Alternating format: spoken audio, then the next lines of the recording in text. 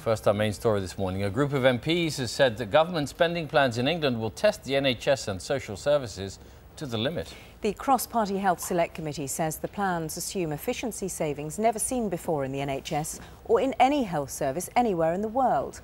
Health spending in Scotland, Wales and Northern Ireland is decided by the devolved assemblies. Here's Andy Moore.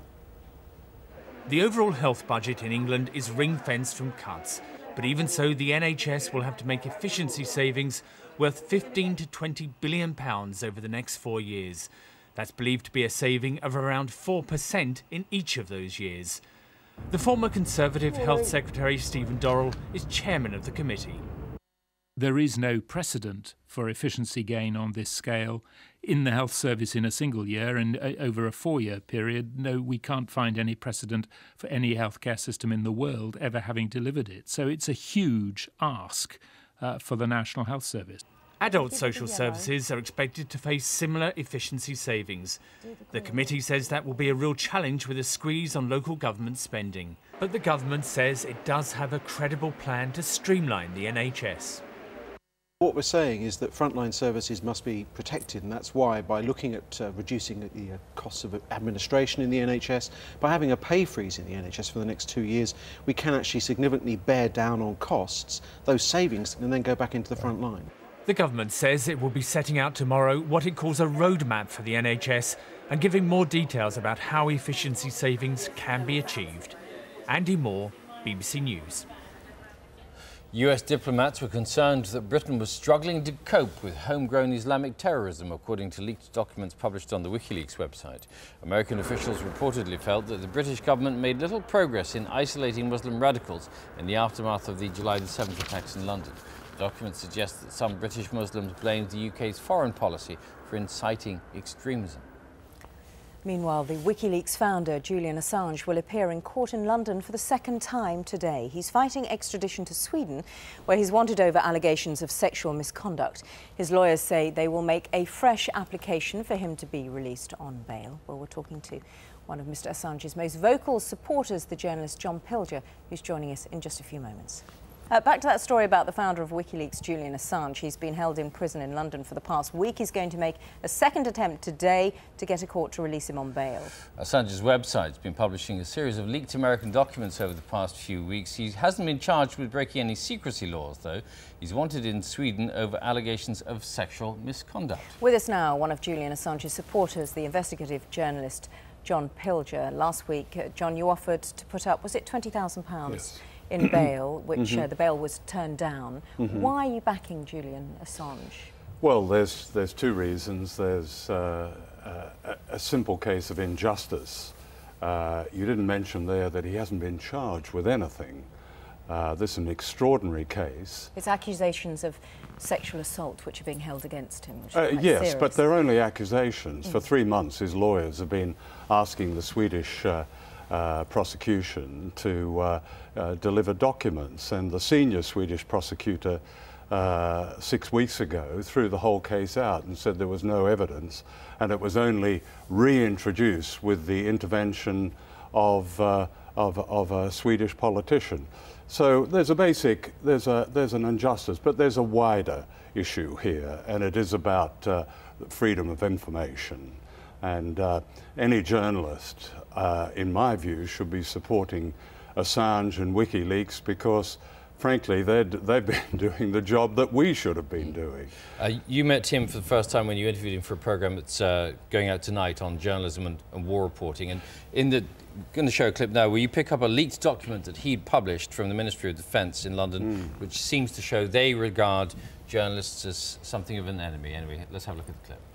I noticed one that I had a personal interest in was one that from the Ministry of Defence, classified document that equated terrorists with investigative journalists as threats. And Russian spies. And Russian spies. Yeah, as in fact, in many sections of that report, investigative journalists are the #1 threat to the sort of information security of the Ministry of Defence. So that was a 2,000-page document on how to stop leaks from the Ministry of Defence, which we leaked. Julian Assange, John, how the authorities view investigative journalists. Yes, well, we're a threat, and we should be a threat. What's gone wrong with so much journalism is that it's been disabled by its proximity to government and power. There's a kind of basic misunderstanding of what journalism should be. We're meant to be a fourth estate. We're meant to be checking power. We're meant to be calling power to account. We're meant to be questioning. We're meant to be exposing. We're not meant to be in their lobby. We're not meant to be flattered by them. And this is why in your programme you take issue with the idea of embedding journalists in the front line in war reporting. Well, embedding in a wider sense as well. It's not just the front line. The front line, I've been embedded. It's a difficult situation. To viewers who might not know what embedding means. Well, yeah, quite right. It's an awful word. Embedding means agreeing to certain conditions when you go with the military during a war as a reporter. And so you're with the military, you depend on them. You depend on them for protection, and you depend on them for the information that you're going to give your readers and viewers. We've got a clip from the documentary about embedded reporters. Let's have a look. A new word, embedding, entered media language in the planning for the invasion. Most of the reports that viewers saw came from within a system in which media organisations agreed to certain conditions laid down by the Ministry of Defence in London and the Pentagon in Washington. At the time that our forces crossed into Iraq, we had some 700 reporters embedded throughout our military formations. I love this expression for the Iraq War, the embedded journalists. Well, too many journalists have been in bed with the administration on a variety of issues. Is your view that embedding doesn't just take place on the front line, but in other areas too? Is that right? It's almost a state of mind. I mean, embedding is, I mean, for example, in The War You Don't See, there are a number of clips from the BBC in which Andrew Marr, for example, is standing outside Downing Street on the night of the invasion of Iraq and saying Mr. Blair has been made a much bigger figure as a result of this, and there isn't a bloodbath, and others are saying Mr. Blair is vindicated and so on. That's a state of embedding. Because had those journalists, had those commentators, in my view, had they questioned what was really happening in Iraq at the time, they might have spoken otherwise. But maybe they wouldn't have known at all what was going on in Iraq had they not seen it for themselves in some way. A partial view surely is better than no view at all. No, there was plenty of evidence, and that was the point. For example, in the film, I make the point that the chief UN weapons inspector, Scott Ritter, had said, in fact he gave me an interview 4 years before the invasion, was saying that they found absolutely no weapons of mass destruction. American reporters such as Charles Hanley looked at the sites. There was a mountain of evidence, and I put this to Fran Unsworth, who's the head of BBC News Gathering, in the film, and asked her to explain this, that the information was there. So there's no excuse, you know. We have to be independent. We're not part of government. We're not a lobby. The whole point of journalists in a democracy, well, Thomas Jefferson said it, you know, that free information is the currency of a democracy, and that's up to us. All right, John Pilger. Thanks very much. Thank you. And the documentary, The War You Don't See, is on ITV1 tonight at 10:35. It's also available on DVD. Thank you. The time is 17 minutes past 8. Coming up to 20 past 8. More controversy arising from last week's demonstrations in London. Video has emerged of a wheelchair user being manhandled to the floor by police officers during last Thursday's tuition fees protests in London.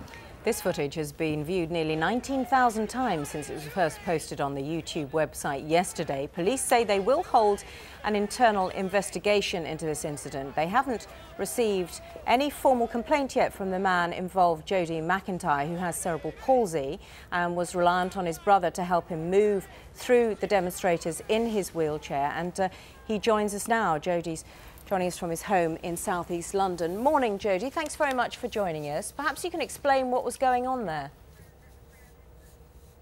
Well, I was attacked by the police twice during Thursday's demonstration.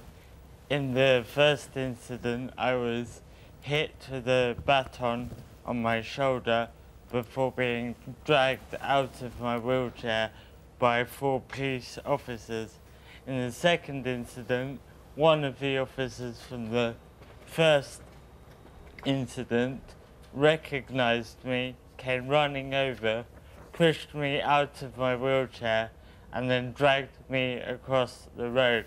However, I think it is important that we contextualize these events rather than looking at them in isolation.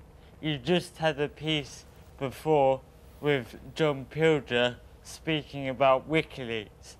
Just as WikiLeaks is exposing British imperialism abroad, let's not, Jody, we must recognise that imperialism abroad cannot survive with oppression at home. All right, and Jody, this oppression let's at not. home Okay, let's is just. What we're now seeing. Thank you. Let's just deal with the specific issue of what happened to you, if I may. You say the police officers recognised you and then dragged you out of your wheelchair. Why would they have recognised you?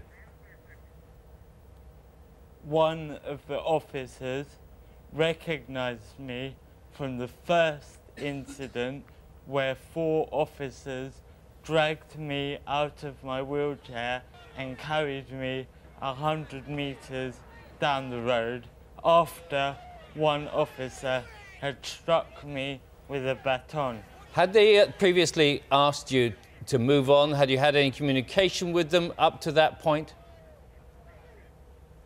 Sorry, I didn't hear that question. Had you been addressed by the police officers before they manhandled you? Had they told you to move? Had they asked you to move out of the way? No, they were hitting us with batons and punching us.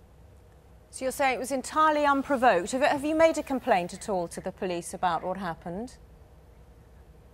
I haven't made a complaint yet, but I'm in discussions with my lawyer, and I will be doing so in the near future.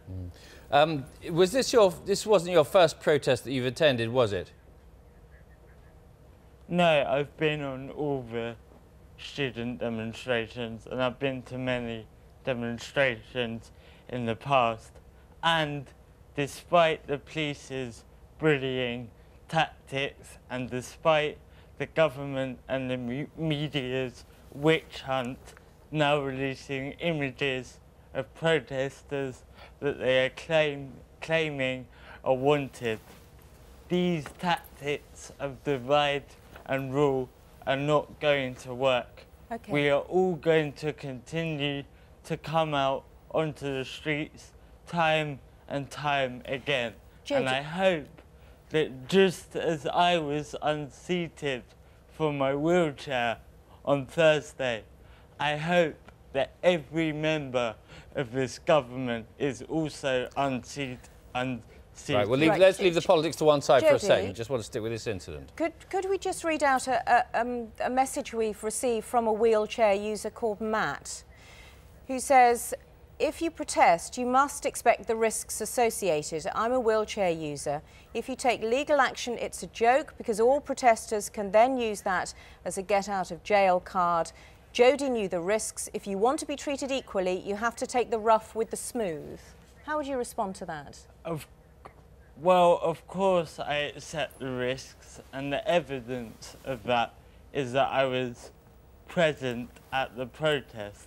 However, I think we are living in a very strange society if we should be scared that our police might hit us with batons when we are exercising our democratic right to peacefully protest. Okay, we have to leave there. Jody, thanks very much. Thank you very much. Jody McIntyre there. And there has been a statement from the Metropolitan Police. They say they have not yet received a formal complaint about the incident. They have set up an internal investigation, but they've also told us they will be getting in touch with Jody directly. The time is 25 minutes past 8.